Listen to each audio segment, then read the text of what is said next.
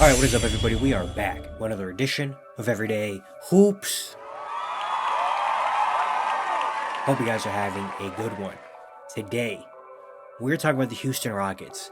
They have had a solid season so far, high expectations. One thing I've noticed about them though, in the clutch, they are not a very good team. They have lost a lot of games, especially recently in the clutch when they went on this little losing streak. And I'm just going to break down some of their clutch games and what's going on with them when it gets to crunch time and gets a little bit of a film breakdown here in today's video. Thank you guys for the views on the videos and the shorts recently. I really appreciate it. If you do like the content around here, consider subscribing, liking, turn on notifications, doing all stuff like that. I really appreciate it. It really helps out a lot. That's my Twitter, TikTok, all that stuff down in the description below.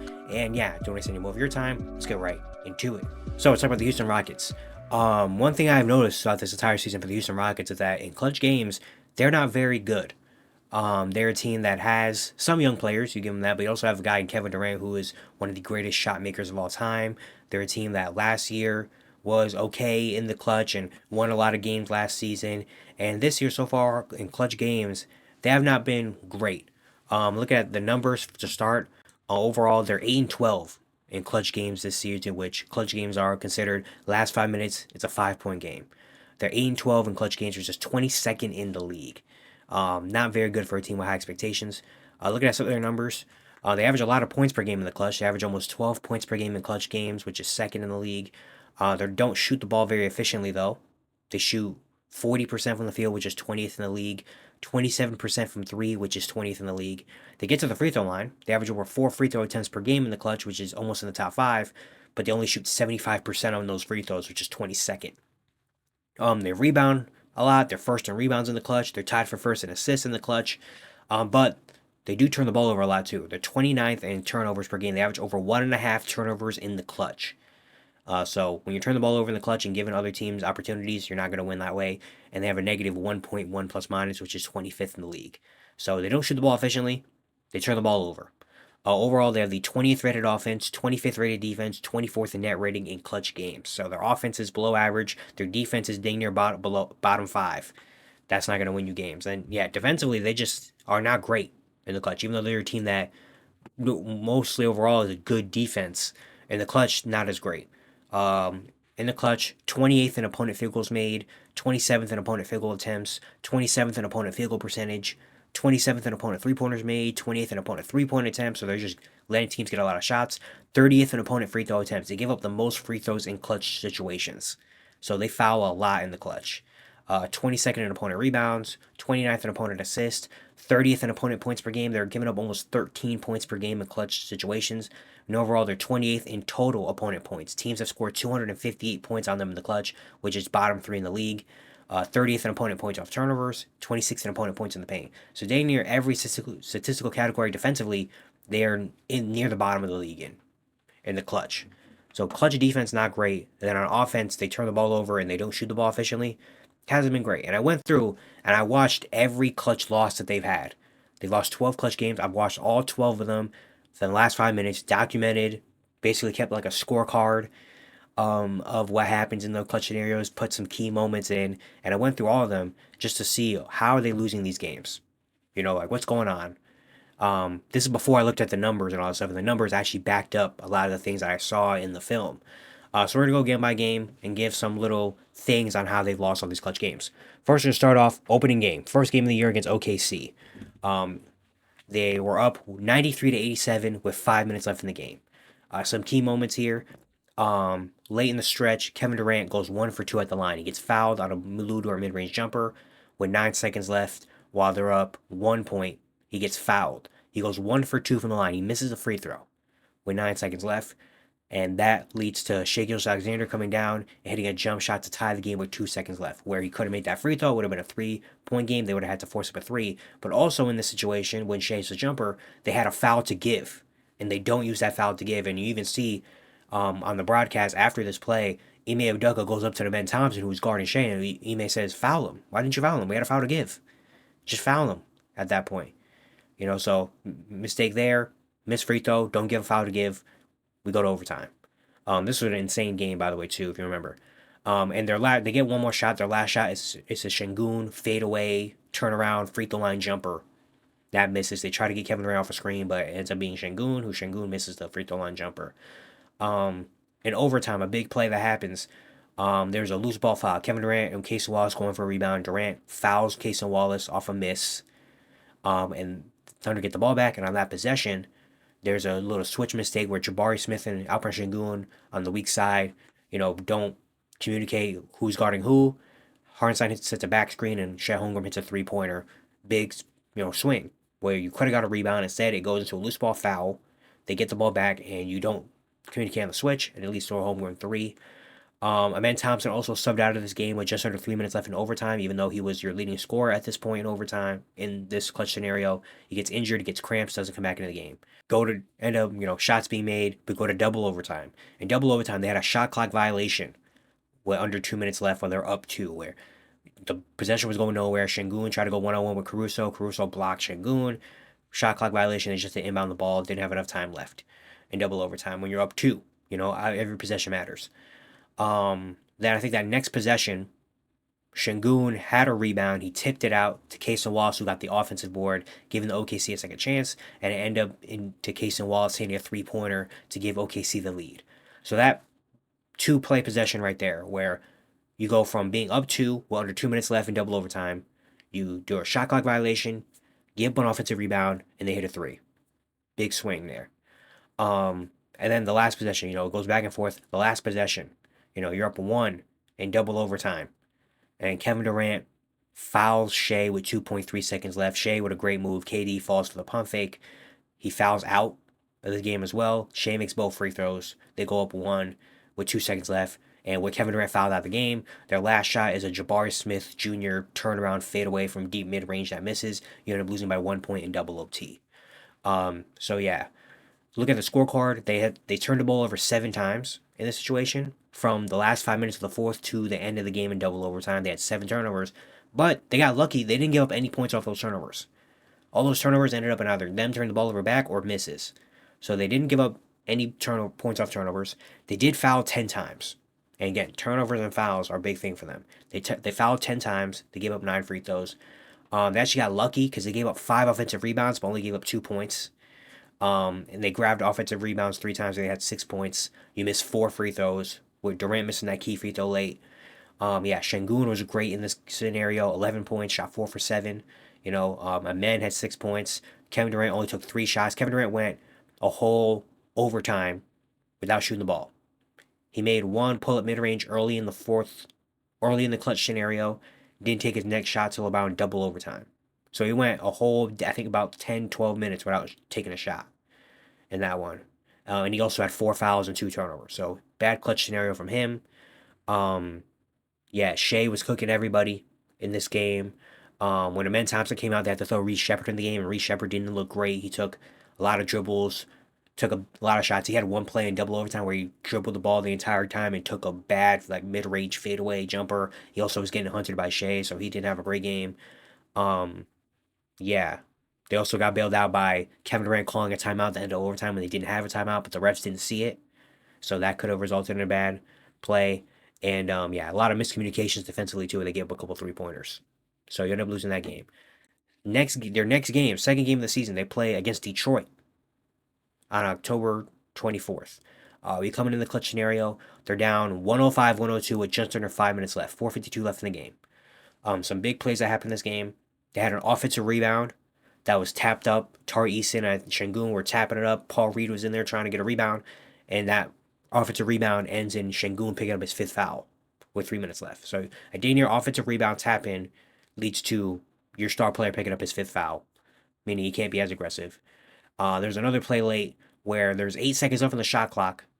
The ball, Cade tried to find Ausar Thompson on a little dumb down. The ball got tipped around, and Ausar picks the ball up in the backcourt, and he gets it with 8 seconds left. There's 8 seconds left on the shot clock. The Rockets, all they have to do is get a stop, and we got a chance. They let the Pistons come down. Paul Reed goes one-on-one with Jabari Smith Jr., and Paul Reed gets a layup. So you had them in the backcourt with 8 seconds left, needing a stop, and it ended up getting a layup, an easy layup at the rim. Another one where Şengün tries to get a shot, when they're down 2 with 17 seconds left. Şengün I think looks for the foul. It gets blocked by Paul Reed. Great defensive play by him, but Şengün also doesn't go up strong enough. Another play later when they're trying to get the inbound steal, they trap Kate Cunningham. The ball goes out of bounds, but it ends up going back to Detroit. An unlucky bounce. And then also the last play with down four, Kevin Durant gives the ball to Amen Thompson for a three, but he could have took a shot for some reason. They end up losing 115-111. So down three, they end up losing by four. In this game, they had 3 fouls late. They gave up only 2 free throws. They gave up an offensive rebound that scored a point for them, but also grabbed one, but they didn't score on. Only had 1 turnover, missed 1 free throw. I think this one was more of just unluckiness for them. They had a lot of times where just a ball didn't go their way. You know, like the offensive rebound tap ends in a Şengün foul. You know, them not getting that backcourt steal that led to a Paul Reed layup. Trapping Kate Cunningham, the ball goes out of bounds. That happened a couple times. I think this is just more unlucky bounces and Detroit out physically ing them, if that's even a word. Yeah, Durant only takes 1 shot in this clutch scenario. He scored 5 points. Şengün was 0 for 1 point, missed a free throw and fouled. Jabari went 1 for 3. And then Thompson goes 0 for 2. They shoot 2 for 7 in the clutch scenario. So this one was more just missing shots and just unlucky bounces going their way. All right. Next, they play against the Spurs November 7th in San Antonio, an in-season tournament NBA Cup game in San Antonio. They come in the clutch situation. They're down 5 points, 103-98 with 5:10 left to go. And now they're trying to claw from behind, and try to get a victory. They had 2 straight possessions where Reed Sheppard made a defensive mistake. They're in a zone. The first one is Reed Sheppard doubling Wemby at the free throw line. Castle cuts, and KD has to, account for the Castle cut. Castle makes a great play out to Champagnie, and Champagnie gets a wide open 3 in the corner. That was more of a defensive miscommunication on the zone, where Reed Sheppard also didn't go to Kevin Durant's man, and they get a wide open 3. Next defensive possession. They come down, they hit a 3, come down next possession. Reed Sheppard again doubles Wemby. Wemby makes the pass to Castle. Castle gets a wide open dunk because Reed Sheppard falls asleep. Defensive miscommunication again. That's 2 possessions in a row where Reed Sheppard messes up defensively, and they give up easy points. There's another play later where Josh Okogie got a 3 in the corner, missed, but he got his own offensive rebound. He tries to drive, and it ends up in a turnover, and that turnover leads to Wemby hitting a jumper. And then there was one play later in the last few minutes where there's a wild possession that switched hands a lot of times, and ended in a Şengün foul on Wemby. And they end up losing by 11. When you're down 5 points, you end up losing by 11. In this game, Reed Sheppard wasn't great. He hit 1 3 early, but since then, after that, he had 2 defensive mistakes. He gave a couple offensive rebounds to Stephon Castle in this one, too. And to the point where they had to switch Reed Sheppard off of him because Castle was just bullying him. They had 3 fouls. They gave up 4 free throws. 5 turnovers in these close scenario that gave up 4 points. They gave up 3 offensive rebounds that resulted in 5 points. And they missed a free throw. So that really just turnovers and offensive rebounds was a big thing. Every time the Rockets made a mistake, the Spurs capitalized on that mistake. That's what happened. Kevin Durant only takes 1 shot in this clutch scenario, has 2 points. Amen Thompson was 1 for 2, Sheppard 1 for 2, Şengün 1 for 3 with 3 points. Overall they shot 3 for 10 in the clutch scenario, and just making mistakes. Defensively mistakes, turnover mistakes, offensive rebound mistakes that lead to, San Antonio capitalizing on it. That's another one. They played against Denver November 21st, playing against Denver at home. They're down, I think there's another in-season tournament game. They're down 1 point, 97-96 with 5 minutes left in the game. Some big plays. Şengün has an offensive interference with 4:40 left when they got a tip-in rebound they call offensive interference. That would have been big. There's another player, Reed Sheppard. 1 minute later, Reed Sheppard gets fouled on a 3-pointer by Peyton Watson. Goes to the free throw line for 3 free throws. Makes the first. Misses the next 2. Goes 1 for 3 at the line. And now you're only down 3 instead of making it a 1 possession or a closer game. So 2 missed free throws at the line were bad. There's another play where they rotated very well on Denver's, ball movement. Jamal Murray almost turned the ball over, but instead he gets it back and hits a jump shot. That was just more of a deflating one where it's like, dang, we almost got that turnover. Instead, that turnover leads to Jamal Murray hitting a wide open jumper. One play late in the game, they're down 2. Şengün tries to find Amen Thompson on a cut. Jamal Murray reads it. He turned the ball over. Then they come down. Jamal Murray makes a layup to make it a 4-point lead with 46 seconds left. Another tough one where you try to make the right pass. Jamal Murray makes a great defensive play, comes down, makes a layup.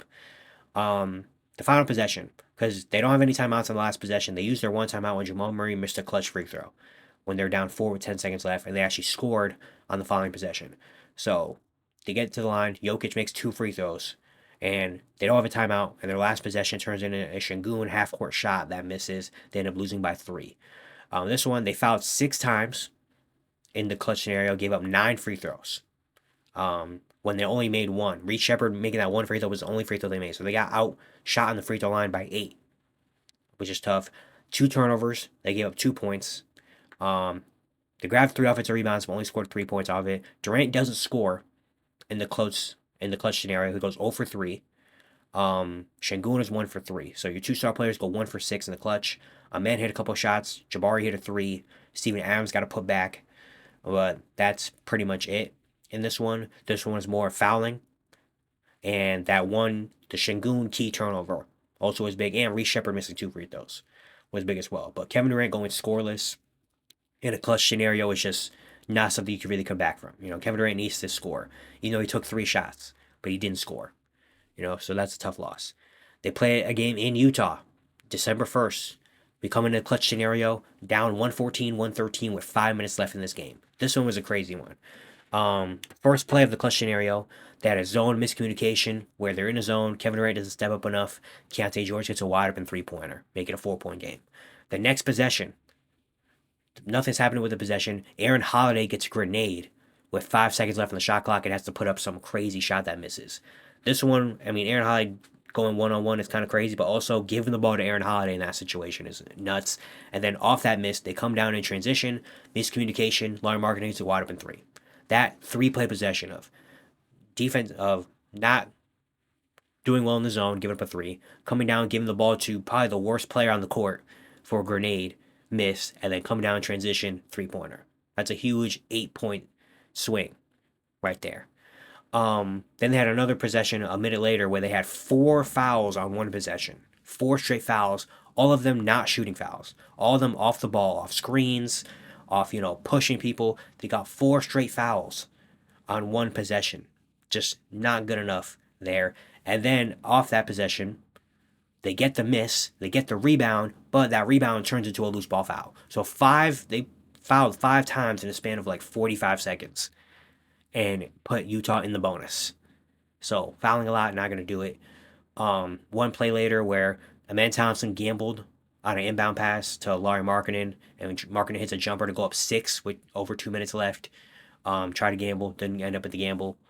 There was one play where they got an offensive foul on Lauri Markkanen on a screen. The Jazz challenge it, they overturn it into a foul on Jabari Smith Jr. where Lauri Markkanen goes to the free throw line. That's just a tough break. Utah made it a great challenge. And Markkanen hits a free throw to extend the lead. Then there was one play late where Sengun had a great sequence. He got a block on one end, came down, made a layup. It's a 3-point game with just under a minute left. And they got Keontae George trapped at the half-court line with 37.5 seconds. Sengun fouls him.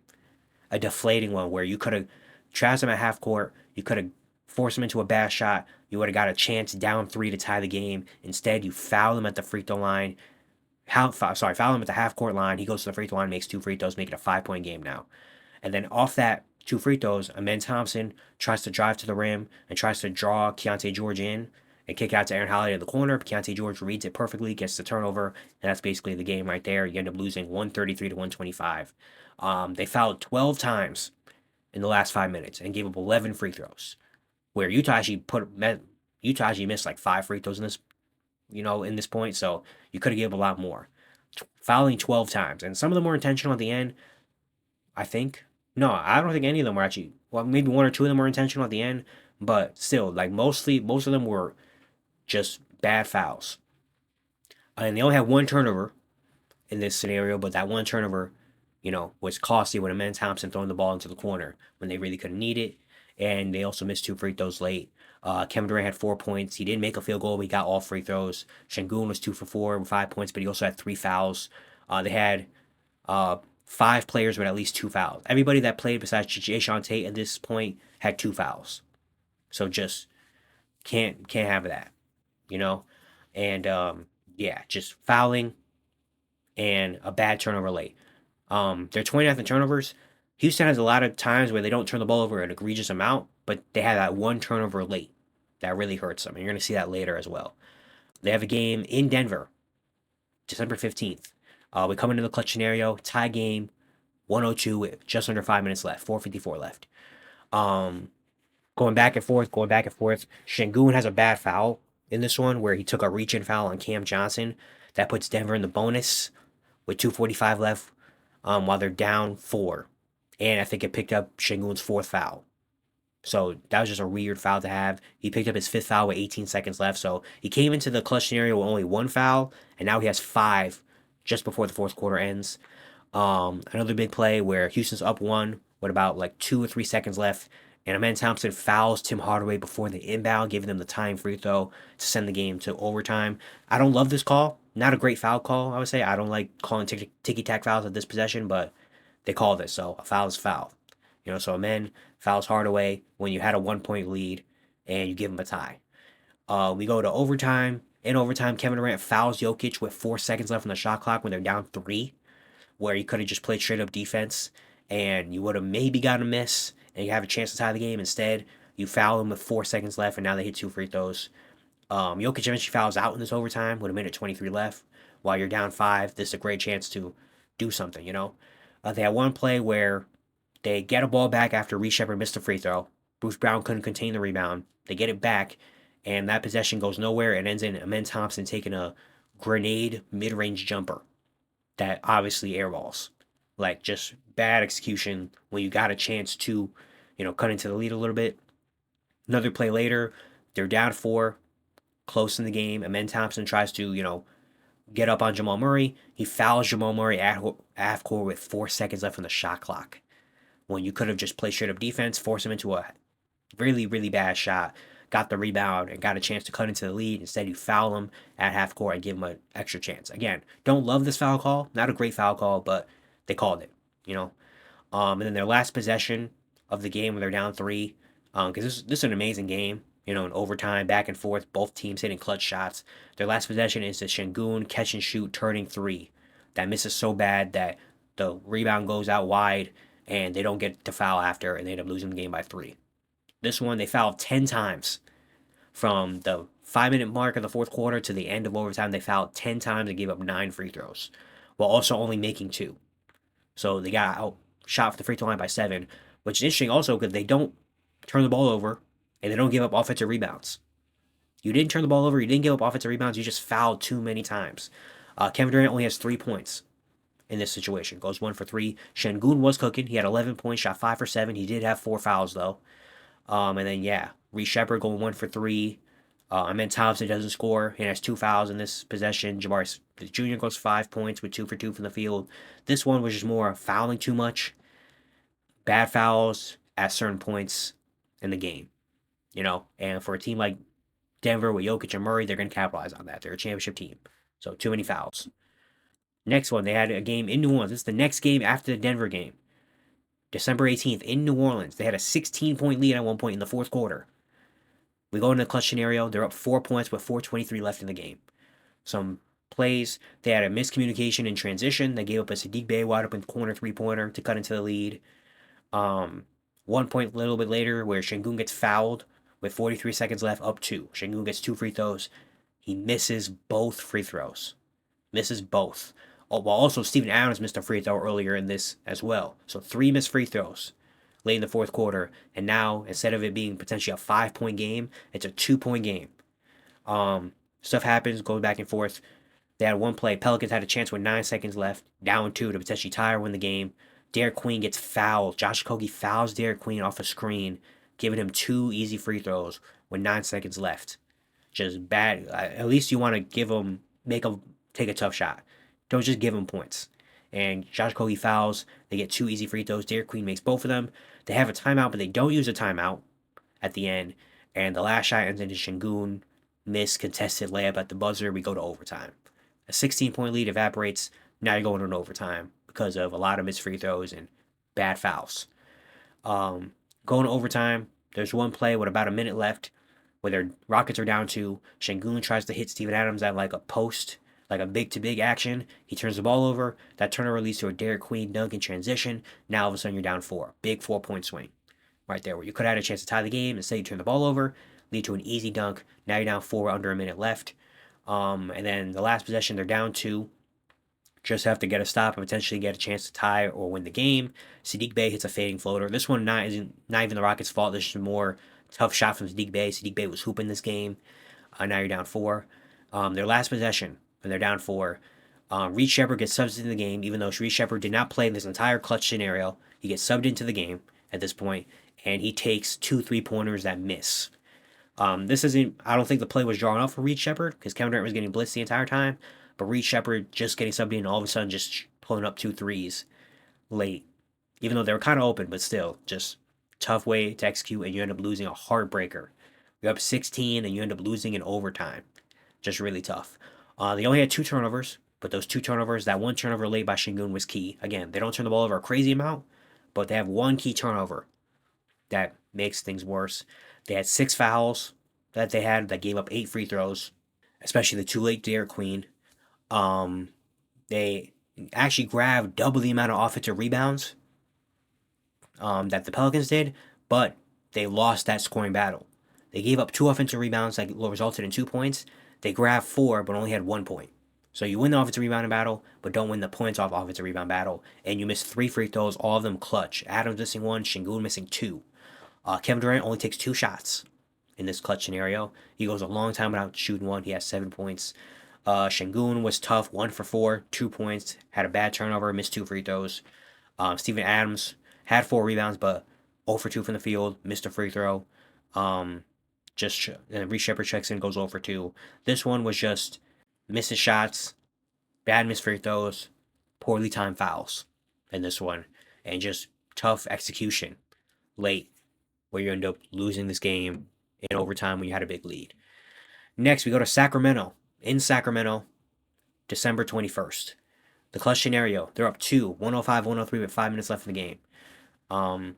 This point, the Kings, we get down to the last about minute and a half. The Rockets have a chance. The Rockets are up 5 points with about a minute and a half left. The Kings have no more timeouts in this game. So all you have to do is just hit a shot or 2 and force them to go fast. They had a chance where they had 3 chances to score on a possession. They got a miss, offensive offensive rebound. Kings almost got a defensive rebound, but they steal it back and get another chance. 4 chances to score. And they don't. It ends in a Kevin Durant turnover that leads to a DeMar DeRozan dunk. You had a chance to go up 7 or potentially 8 points and basically seal this game with the Kings having no timeouts. And say you don't score, it ends in a turnover and leads to an easy dunk. Now it's a 1 possession game again. Tough execution. That next play, after that DeRozan dunk, they come down, they blitz KD. KD finds Amen Thompson. Amen Thompson has Josh Okogie for a wide open dunk to make it a 5-point game. He doesn't pass it to Okogie. Instead, he passes it to Sengun, who has to take a fairly tough 3-pointer that misses bad with 20 seconds left. They come down the other end. Sengun gets lost in transition. Westbrook gets a wide open 3 in the corner. Tie game. That, 4-play stretch right there, where you have 3 chances, dang near 4 chances to score and make it a 3-possession game. You don't. You end in a turnover and lead a wide open dunk. You come down the other end, you have a wide open dunk. You don't find the dunk. Instead, you give it out to your starting center who has to take a double clutch 3 that misses. They come down, you get lost in transition. Westbrook gets a tying 3. That's bad. That's really bad. Now all of a sudden, you went from being potentially up 7 with under a minute left and them having no timeouts to now being in a tie game. And off that Westbrook 3, they don't use a timeout when they had. Durant comes up, takes the top of the key 3, misses. We go to overtime. In overtime, it goes back and forth. Both teams doing their thing. Rockets are up 2 with a couple seconds left. The Kings have one more play. The play is DeRozan goes to the basket. DeRozan finds Dennis Schroeder for a wide open 3 in the corner that eventually ends up winning the game. When Tari Eason, who was just subbed into the game just for defensive purposes, for some reason he dives and leaves Schroeder wide open in the corner for 3. Looking back on it, I watched it a couple times. There was no reason for Tari Eason to dive on that. DeRozan didn't go to his side, so it's not like he had to come over and help and then kick it back out. I understand that a little bit more. But DeRozan drove to the other side. Amen Thompson was on Dylan Cardwell down low. It's not like it was Joel Embiid down there, and Tari Eason had to go double. Like, honestly, he gave DeRozan an out. Because if he stays in that corner, DeRozan has to take a bad under the basket layup or have to kick it out, or something crazy could have happened. But instead, Tari Eason, for some reason, dives in, which leaves Dennis Schroeder wide open in the corner, who gets a good 3-pointer. And their last possession, Kevin Durant comes off a screen, misses a mid range. You end up losing by 1 in overtime. You had a chance to go up 3 possessions with under a minute left and them having no timeouts, and instead ends in a 1-point loss in overtime. They had 3 fouls. They gave up 6 free throws. 3 turnovers. They gave up 2 points. They grabbed 2 offensive rebounds, didn't score off them, missed 2 free throws. Yeah. Durant goes 2 for 5 with 6 points, finally taking a lot of shots. Şengün goes 1 for 3. He has 2 turnovers and a foul. Jabari Smith actually had a good overtime, or fourth quarter overtime. He had 7 points. Thompson goes 1 for 3. Reed Sheppard had 2 fouls. This is just, again, bad execution, bad transition defense, and you're giving up easy points, basically, and a defensive mistake at the end. We have a couple more games. In Portland, January 7th, the clutch situation. They're down 4, 91-87 with just over 5 minutes left in the game. It goes back and forth. Both teams hit some clutch shots. A lot of, fouls and whatever. They had 3 chances at a score late. Kevin Durant missed a shot, but Tari Eason and Steven Adams were there for offensive rebounds that don't go in. Steven Adams finally gets the last one, tries to kick it out to KD, and he throws it too far. Backcourt violation, turn the ball over. 3 chances to score, they don't score, and that next possession, Deni Avdija hits an and one.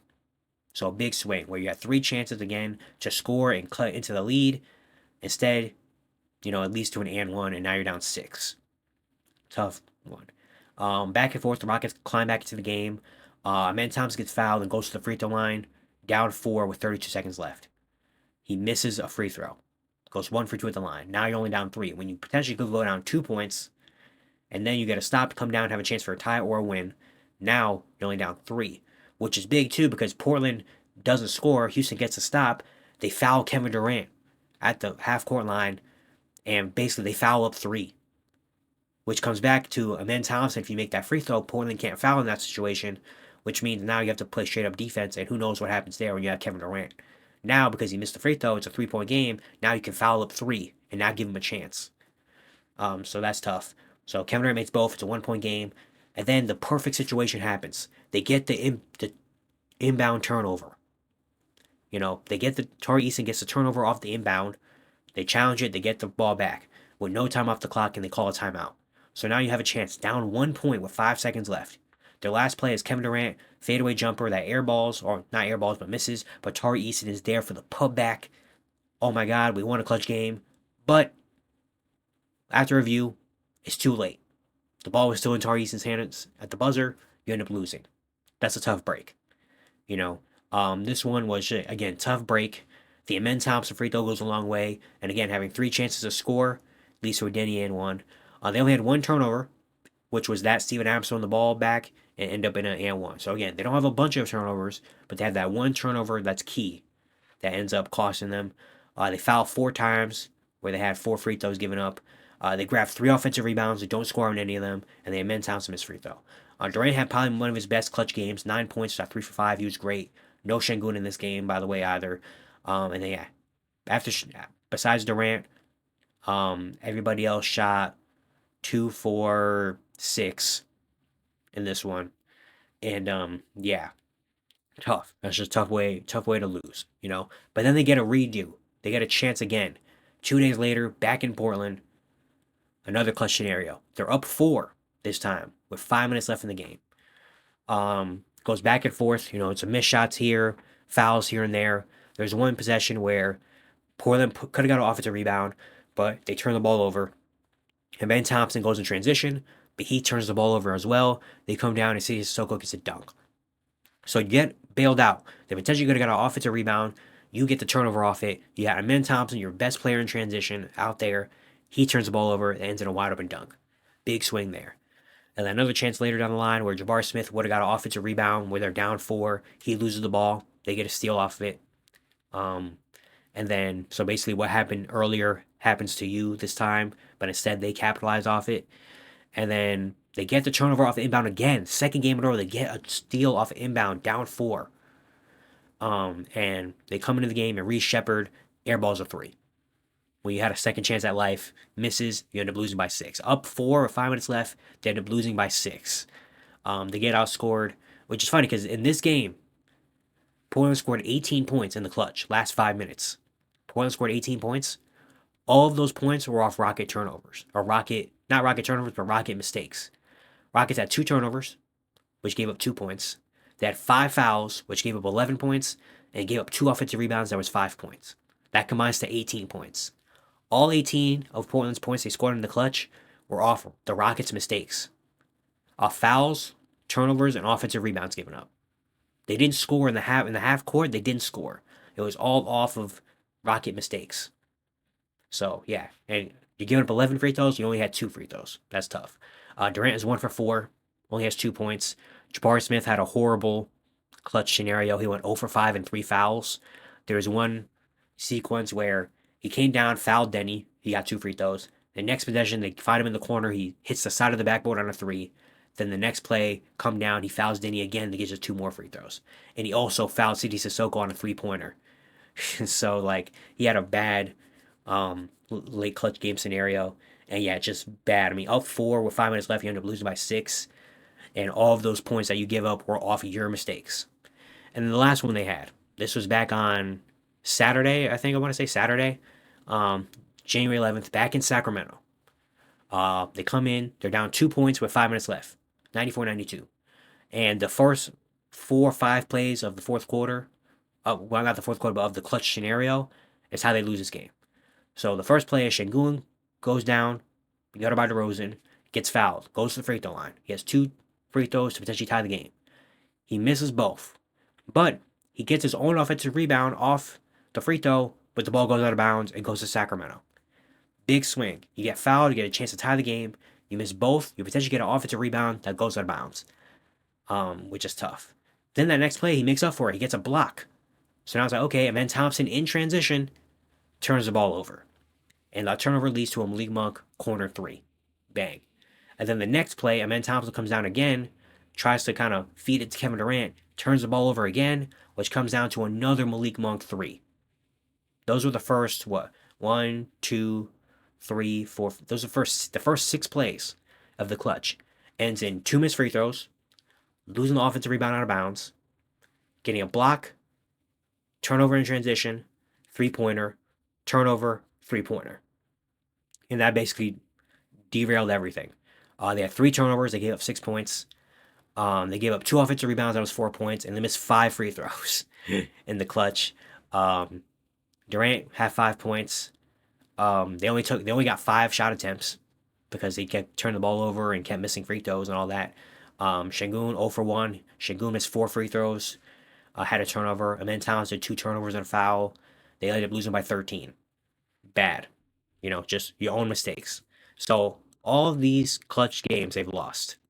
And hopefully you kept up with me on that because I'm sorry I talk fast a little bit. Hope you kept up on me on most of those. But basically what happens is Houston has a lot of turnovers in the clutch, a lot of bad fouls, and a lot of just missed execution, a lot of missed free throws as well. I was looking at their players' clutch stats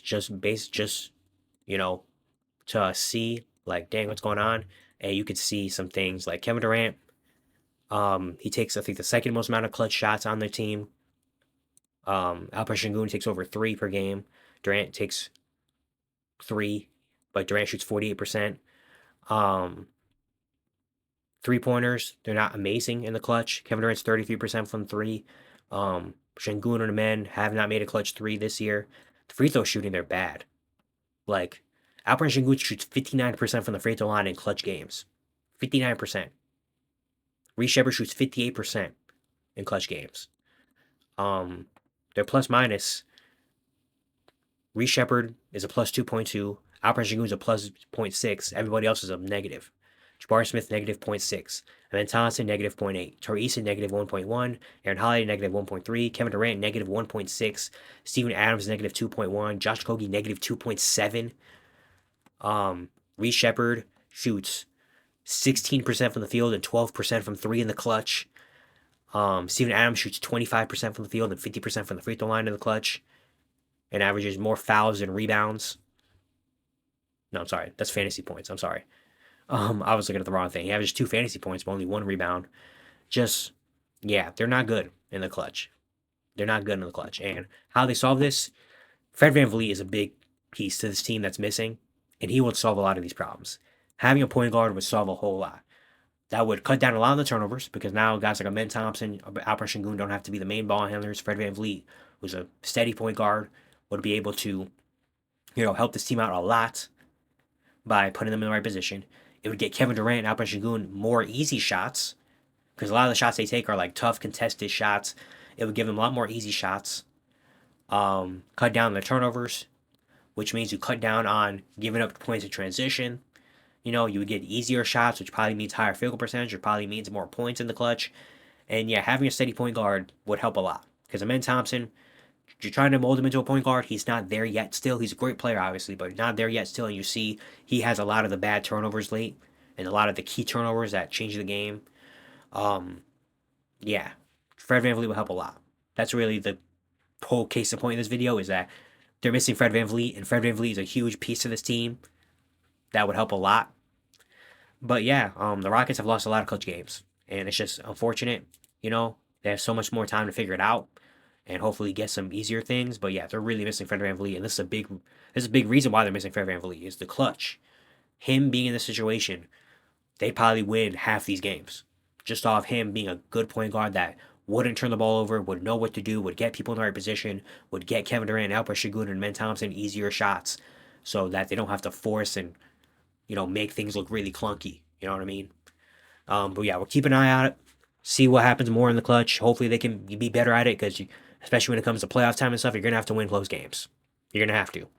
And could they put enough together to actually win those games? We'll see. But yeah, it's going to be it for today. Hope you guys enjoyed. Once again, if you do like the content around here, consider subscribing, liking, turn on notifications, doing all stuff like that. I really appreciate it. It really helps out a lot. And yeah, I'll see you guys tomorrow.